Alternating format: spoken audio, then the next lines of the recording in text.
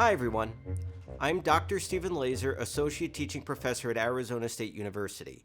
I specialize in the political, institutional, and criminal history of early modern France and Germany. I teach several lower division and upper division courses that fulfill both general studies and history major requirements, including those you see here. In this video, we're discussing two common ways of organizing papers, summarative and thematic organization.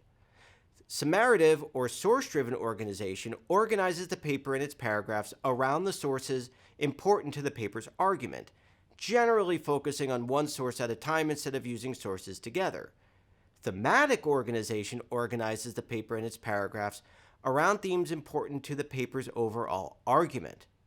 Summarative organization tends to be easier to organize at first, but often ends with weaker papers. Thematic organization is more difficult at first, and for most papers, though, it leads to more sophisticated, convincing papers.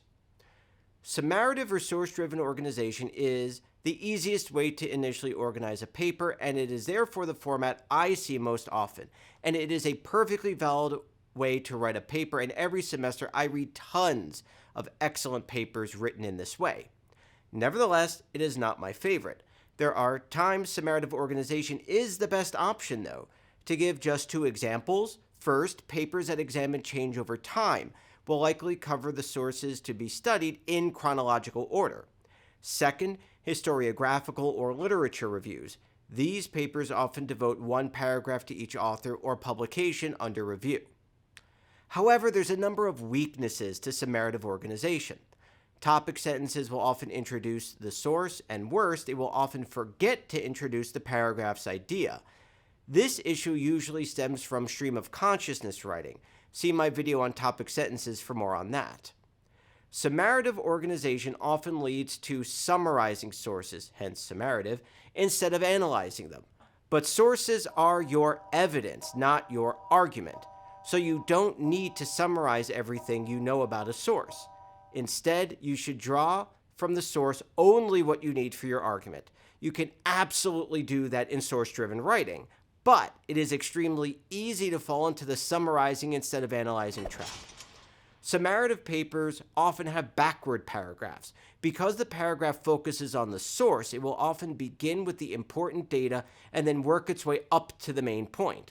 Framing dictates that we start paragraphs with the main point so the reader knows what we are doing, and then you provide the evidence and analysis.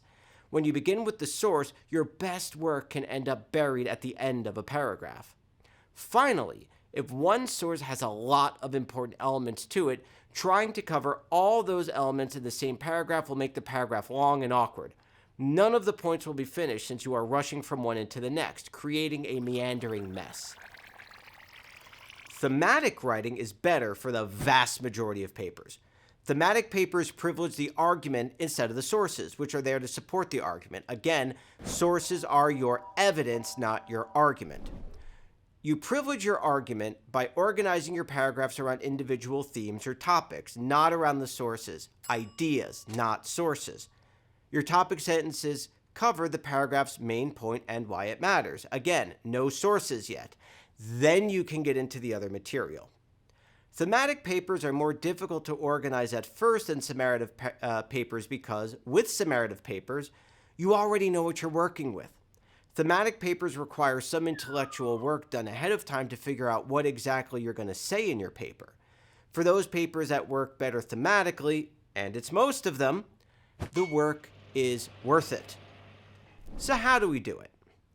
The best way to write a paper thematically is to outline your paper around main ideas and then find multiple sources that support each of those main ideas. This is key to thematic writing. It lets you use multiple sources in the same paragraph. With one paragraph sharing multiple sources, it becomes easier to use only the information that is relevant to the point because you need to fill all of them in. That makes your paragraph more direct, concise, and thus more interesting. This, in turn, makes it far easier to avoid the common trap of summarizing instead of analyzing. In short, thematic papers place the main topic, the supporting details, and the analysis in the best order. They are much easier for readers to follow and thus more convincing. It should look something like this, with analysis connecting those specific pieces of evidence with the main point or theme. Let's say you have 3 or 4 sources, and they mostly agree for the main point you want to make. That's great! More evidence that your argument is correct. Source 1 says A, B, and C. Source 2 also says A, B, and C. Source 3 says B and C. If you organize this paper summaratively, you are devoting each paragraph to a source, so you'll have 3 body paragraphs that all look basically the same. The resulting paper will be repetitive, as you need to include the same points and the same analysis again and again. It will frankly be boring, wordy, and cluttered. To shift this to thematic writing, we turn this organization on its head, literally. Those themes that the sources shared, those become your paragraph topics. You organize one paragraph around theme A and use sources 1 and 2. You organize another paragraph around theme B and use sources 1, 2, and 3, and so forth. You should feel free to practice this process yourself when organizing papers. You do not have to have a thematic organization pop directly into your head. You can start by figuring out what you would say about each source, and then asking yourself, where do these match up? And you should use this process because thematic organization benefits both the reader and the author. For the reader, thematic organization highlights the argument, the main points, and the reader won't have to look for it or get bogged down in repetition. Each paragraph being on a different thematic topic keeps the paper lively, interesting, and well-framed. For the author, thematic organization makes strong topic sentences much easier to write, which helps us keep our paragraphs on topic. And if you have a summarative outline and you can turn it on its head like we just did here, congratulations, you have a thematic outline. Now start writing.